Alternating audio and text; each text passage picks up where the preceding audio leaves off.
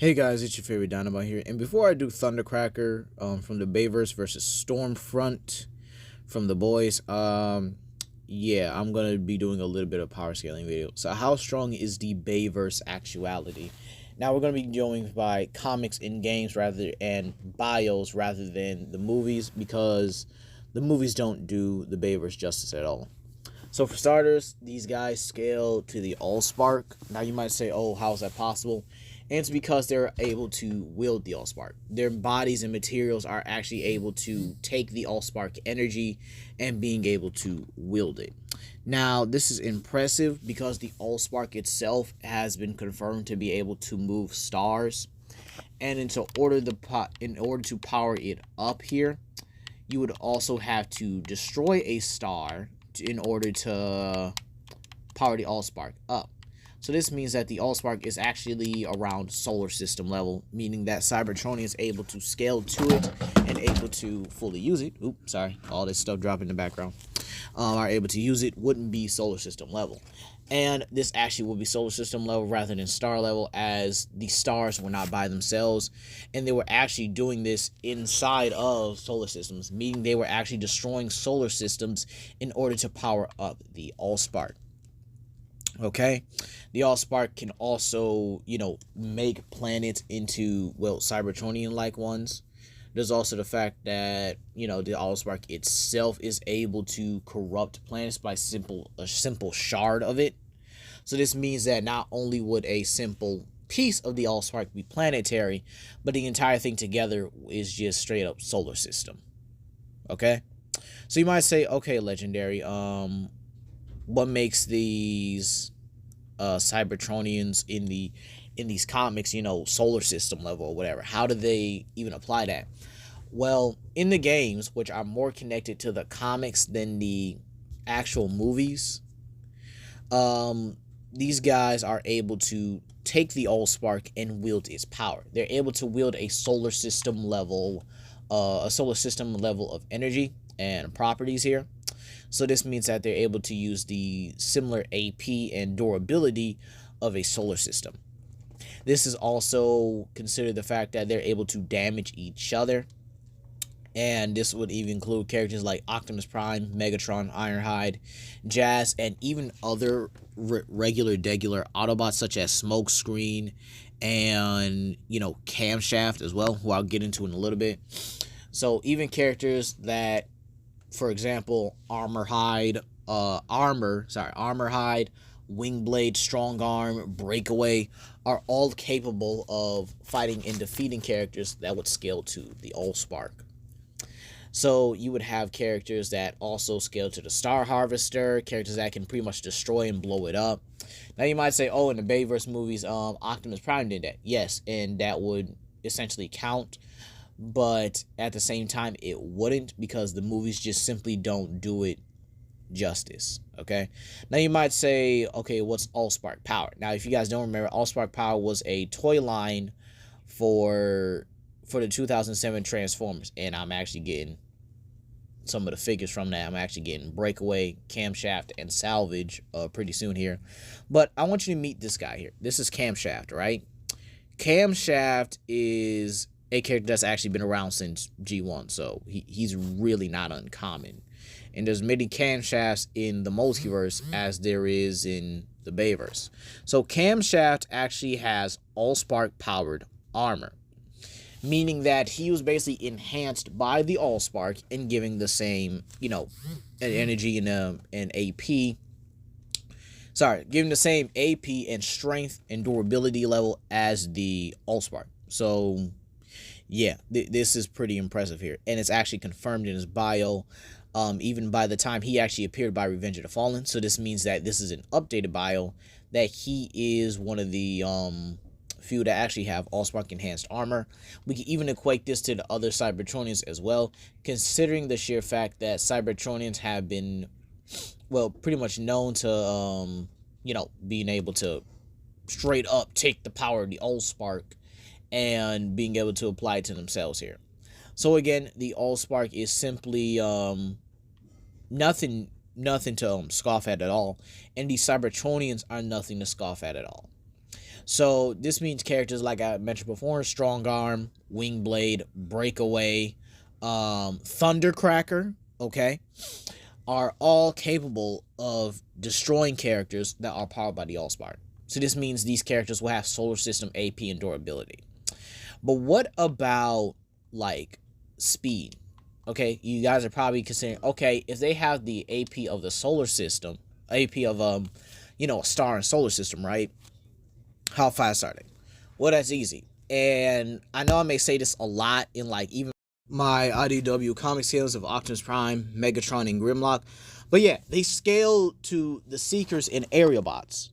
But in this one, it's a lot more simpler. The Seekers are faster than, actual spaceships, even faster than, average jets or whatever. Starscream was able to leave Earth and fly to Mars within a span of a couple seconds. That's easily, and I mean easily, faster than light, considering by even our calcs. If you can fly from the Earth to the moon in an instant, or at least even a couple seconds, even if you just want to say like, 10 seconds bare minimum, or even a minute, that's still faster than light, or at least light speed. So you have characters that can actually fly at light speed and even fly faster than, even fly faster than the Nemesis or the Ark in this kind of media, which are again considered to be faster than light, because these things are actually transversing space very casually and able to fly through space like it's nothing. Even Autobots like Cosmos are able to move at FTL speeds in this verse due to the sheer fact that he's able to fly in space so casually and actually leave contrails, which would actually prove again that these guys would definitely be able to move in faster than light fashion. Now, there's also a category, like a separate category of characters. It's called like Prime level fighters.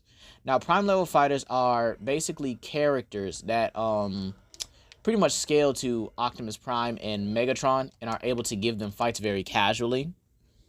So yeah, this is actually a pretty prevalent list in the Bayverse. So from the Autobot side, you have Ironhide, who's actually able to go toe to toe with Optimus Prime. Jazz, who in extended comics or even other, cross-verse comics, was able to go toe-to-toe with Optimus Prime and was even stated to be able to give Megatron a good fight in bios. Again, this is not movies. We are talking about bios, novels, and comics. Okay, bios, novels, games, comics, yeah. So he's able to give these characters a good fight. And he's even able to beat Blackout and Starscream, which I've actually stated like multiple times before for like the Bayverse. He's able to beat both Blackout and Starscream at the same time, who are shown to be able to like high diff Ironhide and even Ironhide and Ratchet, who both by their bios, by the way, are capable of giving Megatron a relatively good fight here. So again, you will also have Hot Rod and Bumblebee. So you might say, okay, how's Bumblebee a Prime level fighter, right? Bumblebee from the Last Night, probably Age of Extinction to the Last Night, is a Prime level fighter. This is due to the simple fact that both Hot Rod and Bumblebee they both scale to each other pretty easily.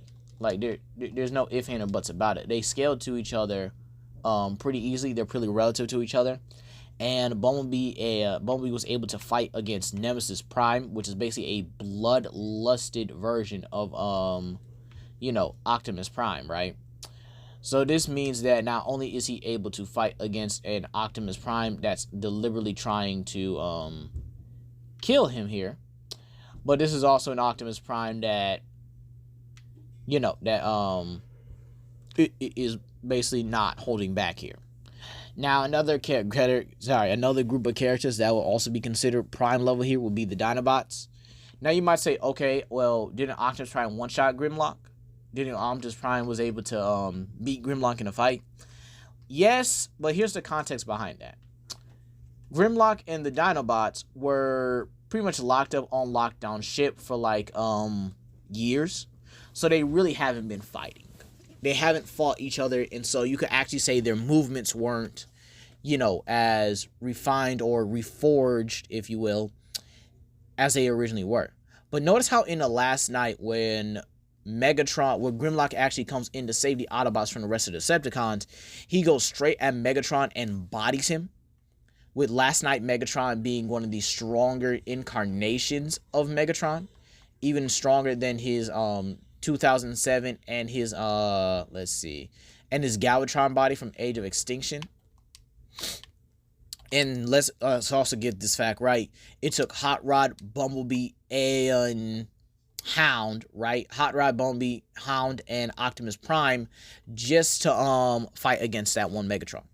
But yeah, here comes Grimlock actually overpowering him and ragdolling him in his beast form. Had that been his robot form, Megatron would have probably been...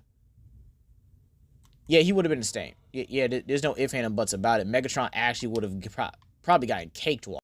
Now, this should be no surprise, but the next character here on this list is Hound, due to the sheer fact that he was able to fight against the last night version of Megatron. Actually was able to send him flying with his weaponry as well. And the fact that he also took a cannon shot from Megatron, which not only blasted Hound, but exploded some of his stuff on top of it, meaning that Hound was able to basically survive an explosion with him and his stuff on it. And the last one we would have is easily Drift, who's above Age of Extinction Bumblebee. And Age of Extinction Bumblebee and Last Night Bumblebee should just around be same level. If not, Last Night Bumblebee is a bit stronger, but Drift should be stronger than Bumblebee as well due to his upgrades. Now, in terms of Decepticons, we have Shockwave, Thundercracker, Starscream, who are easily able to go toe-to-toe with characters like Ironhide, Jazz, and Optimus themselves. Lockdown pretty easily, and I had to say Blackout as well.